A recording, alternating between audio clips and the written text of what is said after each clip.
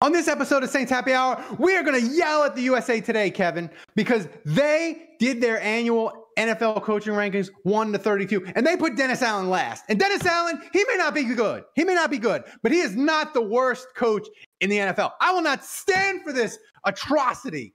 Thomas, hit that intro. Welcome to the award-winning Saints Happy Hour podcast. Seriously, this podcast has won awards. American standards are dropping every day. The show features Ralph, the best host in the world, who can barely pronounce his own name, much less anyone else's. Marcus Marquez Callaway. Dave is that dude who loves taking bathroom breaks. He's mad about almost anything, so make sure to lower your volume when he speaks. Put that freaking clown meme back up that I made. Jesus Christ. Andrew has sources, watches tapes, and knows football. He rarely shows up on time and wants to commit crimes to help the Saints win. Sean Payton would have done illegal things. Don't tell me I'm wrong, because you know it's true. Oh, and there's also Kevin, who is great at doing mock drafts, but struggles to actually watch Saints games or have a functioning relationship. Budrich wants to know how the doctor's doing. That ended.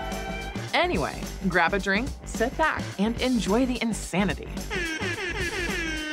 All right, everybody, welcome to another edition of Saints Happy Hour podcast. If you found us on the YouTube, hit that like button, hit that subscribe button, share our wonderful content wherever you can on the social medias. If you listen to the audio-only version, find us wherever you get your podcast. And go to saintshappyhour.com, become a patron so you can support the show and get all of our patrons-only content. All right, I got Kevin with me. I got Thomas with me running the show back in Poland. Kevin, I'm outraged. And I don't Why are you outraged? I mean, I'm you already outraged said because in the intro, but I'm why are you outraged because USA Today ranked the coaches 1 to 32, and they put Dennis Allen last. And a lot of people on Saints Twitter are like, I'm not gonna quibble with USA Today because Dennis Allen's terrible. And after you get past about 10, 12 coaches, they're all terrible in their own way, and you're just splitting hairs. I don't care. This is a disgrace. The list. Do you want me to read? Hang on. Do you want me to read the intro, the thing they said for Dennis Allen? Yeah, read it. All right, I've got it pulled up. Quote, Dennis Allen is the head coaching version of sitting on a whoopee cushion. The Saints have been dreadfully boring with no sense of direction ever since Sean Payton stepped away. They are 16 and 18 over their last two seasons and find themselves in quarterback purgatory, as Derek Carr is clearly not the future. The Saints' best option would be to finally blow everything up and begin to rebuild in 2025. It would be 3 years after they should have done it, but better late than never. All right. How is sitting on a whoopee cushion boring? That's right. That whoopee cushion can be amazing. Like, I don't know. I don't get that. Like, I mean, look, he's just trying to say that Dennis Allen is boring. Then just say he's boring. I don't know why, like, this metaphor of a whoopee cushion. Some of my greatest childhood memories are getting my father to sit on the whoopee cushion that I bought. And again, you can chalk this guy up into, well, what's his name again? Jarrett Bailey of USA Today. You can chalk him up into one of the media types that wants the team to just blow everything up, and you know, like, just restate your thing on blowing things up. Well, the thing is, the nerds have been clamoring for the Saints to blow it up. The Saints are changing course, but they're not blowing it up in a way that the nerds find interesting and want to talk about. But the Saints have definitely changed course. They stopped trading away future assets. They didn't spend any money in the cap. And oh, by the way, their cap situation after next year, it's fine. They have actually righted it. And in 2026, it's going to be fine. And they're going to have probably tons of money to spend. And it's just not interesting to the nerds. So instead of saying they're changing course and they're doing things differently, the nerds they just don't want to acknowledge it because it's not interesting. And the Robert Mays and this guy Bailey, they want to pretend like the Saints are doing the same old stuff, and it's just not accurate. But my main point here, that's not even the argument for here. I'm saying, Kevin, look at these. They have Matt Eberflus rated ahead of DA. Matt Eberflus? Right. Okay. Right. I mean, and look, they got Jared Mayo ahead of him, which I disagree. Like, he's a first-year coach. I don't know if I would put Dave. I'd probably put Daboll behind him. I'd certainly put Robert Saleh behind him. Oh my God, Robert Saleh. Here's the thing. Here's the thing about DA. And look, I'm gonna venture into some semi-controversial or possibly uncomfortable waters. If you don't look, it's fine if you think DA is just a mediocre guy who keeps getting chances, who got a chance that maybe he didn't deserve. That's fine. And if you want to make that argument, like, I'm fine with it. If you want to say give guys chances that have, you know, risen up the ranks or sort of like have done some things over a few years and deserve a shot. Hey, look, DeMeco Ryans did it for Houston. The guy that's now coaching Carolina, what's his name, Dave Canales. Yeah. Like, there's a couple of guys in here that have done that, and now they're on year 2, and that's fine. But the thing with DA is, I got over, like, you and Andrew helped me get over the thing last year about, oh, he needs to get fired, and then it was, no, he's not going to get fired. Okay, fine. I accepted it and I rolled on. And I'm not excited about DA being the head coach. I'm not. And look, if he's gone, we'll be here and throw and be and celebrate or do whatever. But you're going to sit here and tell me that DA coming into this season is worse than two guys who have not coached yet, another 2 guys who seem to be the drizzling shits thus far. Well, here's the thing about and another guy who's lost his fastball. You know, okay, I'd put him behind Antonio Pierce. But here's the thing. I'll just start with Eberflus. Eberflus has won 10 games in 2 years. DA's won 16. You want to say the Bears are rebuilding and they tore it down to the studs? Fine. You know what DA hasn't done? DA hasn't had HR come to his office and say, DA, we got to fire a couple of your coaches because they're doing some shit they shouldn't be doing on their work computer. That happened to the Bears. Okay? So just on that alone, Eberflus cannot be ahead of DA. I'm sorry. Forget about it. But Mr. Bailey, he wants to pretend that didn't happen. We remember, Mr. Bailey. Pepperidge Farm remembers. Matt Eberflus ahead of DA is a disgrace. Jared Mayo, rookie coach, I don't know. Like, if you want to put him ahead of DA, I'm not going to have a problem. Daboll, another guy, I have a problem. The Giants last year were a crap show. They tried to fire Wink Martindale because they wanted him to leave on his own terms so they didn't have to pay him. Him and Daboll got in like a fight, complete dysfunction on the coaching staff. And by the way, Daboll, he had one good season where he won like 6 or 7 one-score games. The Giants were a disaster last year. He's a guy I think could be fired if it goes bad during the year. So he's another one that I'm like, put him ahead of DA. That is laughable. But there's 2 more that I'm going to get to. But your thought. Go ahead. No, go. No, you said 2 more. 2 more. I got 2 more that are just, as Peter Griffin would say on The Family Guy, just grind my gears. And I'm going to start with Raheem Morris, because Todd Bowles, you could put him ahead of DA because Todd Bowles, he won 2 division championships the last 2 years. DA hadn't in the crappiest division in football. I can't say Todd Bowles is worse than DA, you know, because he's 18-18 or 17-17. They won 2 division titles in the playoff game. So I'm not going to go there. But the 2 that I'm going to say are absolutely, positively, no way should they be ahead of DA. I'm going to start with this guy, and that's Robert Saleh from the Jets. I thought you already mentioned him. Sorry, I didn't know we were building up to this. I got another. No, this is not the DA. crescendo. The crescendo is the next one. Okay. Robert Saleh. No way is he better than DA. First of all, Robert Saleh, 2 years ago, the Jets were 4th in points allowed. Last year, they were 12th. You know what DA's done? 4 straight years of the Saints defense being in the top 10 in points allowed. So DA, say whatever you want about him. He is on his side, and he's better on his side of the ball than any of these coaches that is a fact, okay? So that, first of all, pisses me off. Second, Robert Saleh, he hired Nathaniel Hackett as offensive coordinator. The dude that Denver couldn't fire fast enough.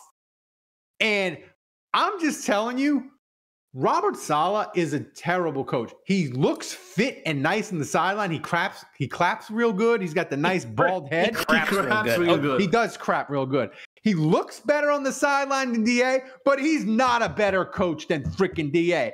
And I will not stand for that.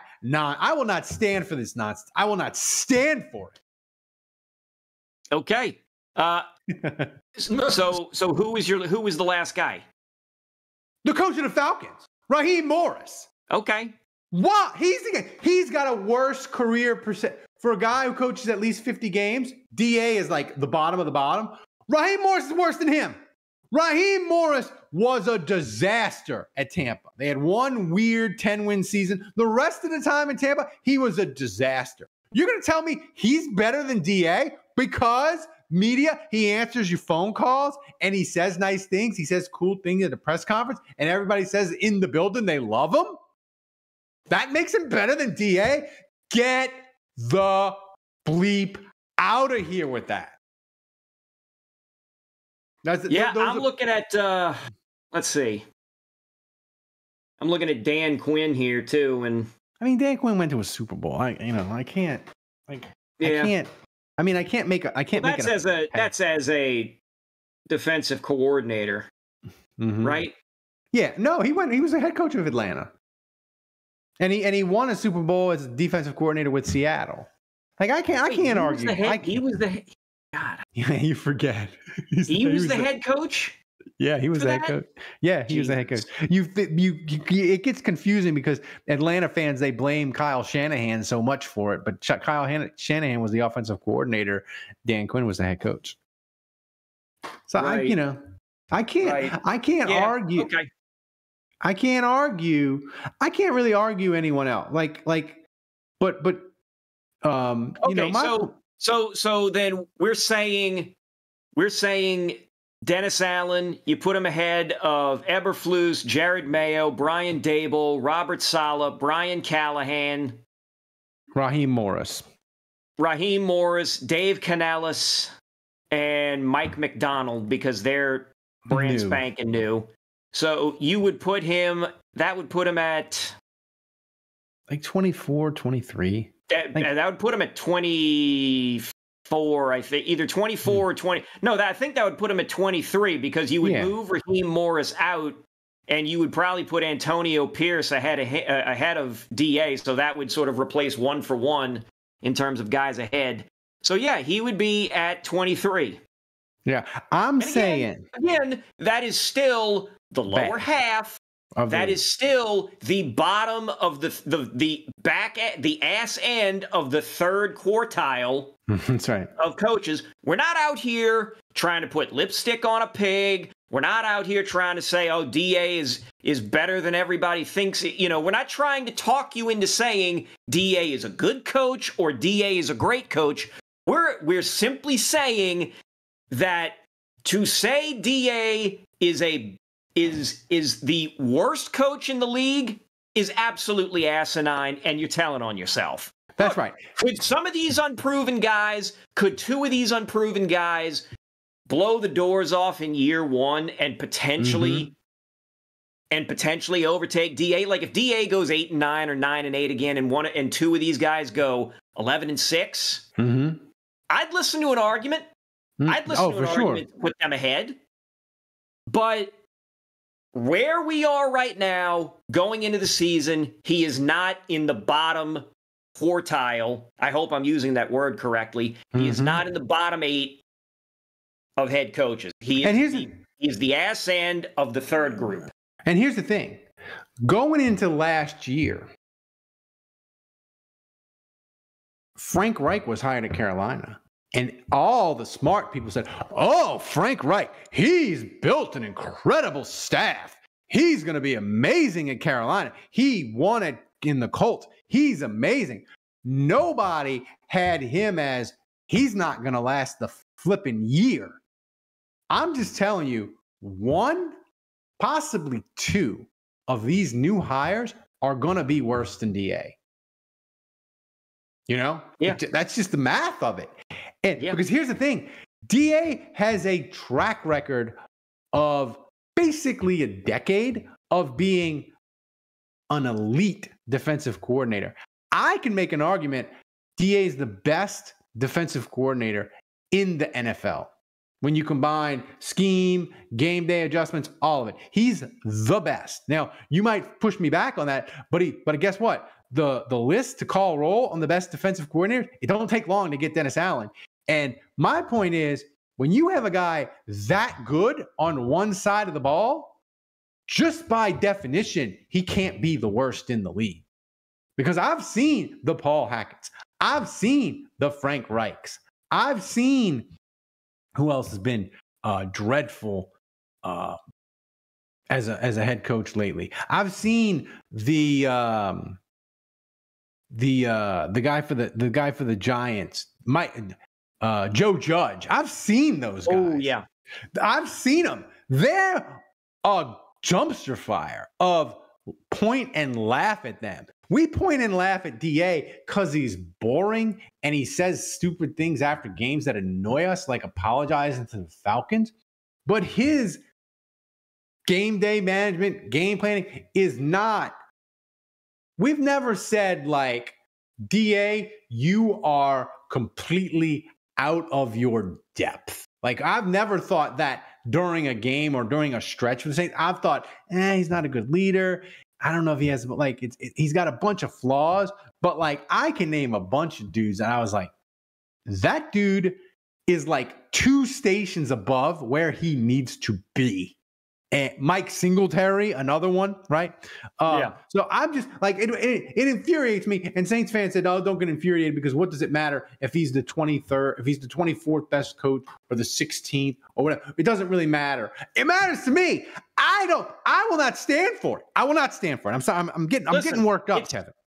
Listen, you can say, "Oh, it's not partly cloudy," when it is in fact partly cloudy. Like, oh, no, it's fully sunny. There's not a cloud in the sky. No. It is, in fact, partly cloudy out. Or, it's not really snowing. And, in fact, there's a little bit of snow coming down. So there is, in fact, a little bit of snow. Either things are, it's not a binary, folks. It's not pass or fail. It isn't. That's why when people do those rankings that everybody you see on Twitter every now and then, I'm not calling it the other thing, when you see those weird rankings, S tier, A tier, B, C, D, sometimes there's another one. There's levels to this shit. That's a saying people use. There's levels to this. Right, it's levels. So, meaning that if you're going to have levels to this, if you're going to rank things, you want to make sure that you're slotting things in a reasonable, consistent, thought-out way. And to say DA is dead last or near last, it shows a lack of awareness. And that's me saying that. That's me saying that. For me to say you have a lack of awareness, that's bad. That's bad. That's bad. Okay? Yeah, it's bad. Jarrett Bailey, USA I don't Today. know shit. And I know that DA is not the worst. Not the worst. He ain't good, but he ain't the worst. He ain't the worst. And here's the thing. USA Today, that should be a political slogan. Not good, but ain't the worst. Ain't the worst. I'd get 5% with that. USA Today, touchdown wire. USA Today, Jarrett Bailey. You should be ashamed, sir. This buffoonery will not stand. I hate both of you. I hate it all. I hate that I had to go to the mat for DA because of this, but I needed to. Yeah, had to be said. And look, since we don't have the sound bite, I'll do it.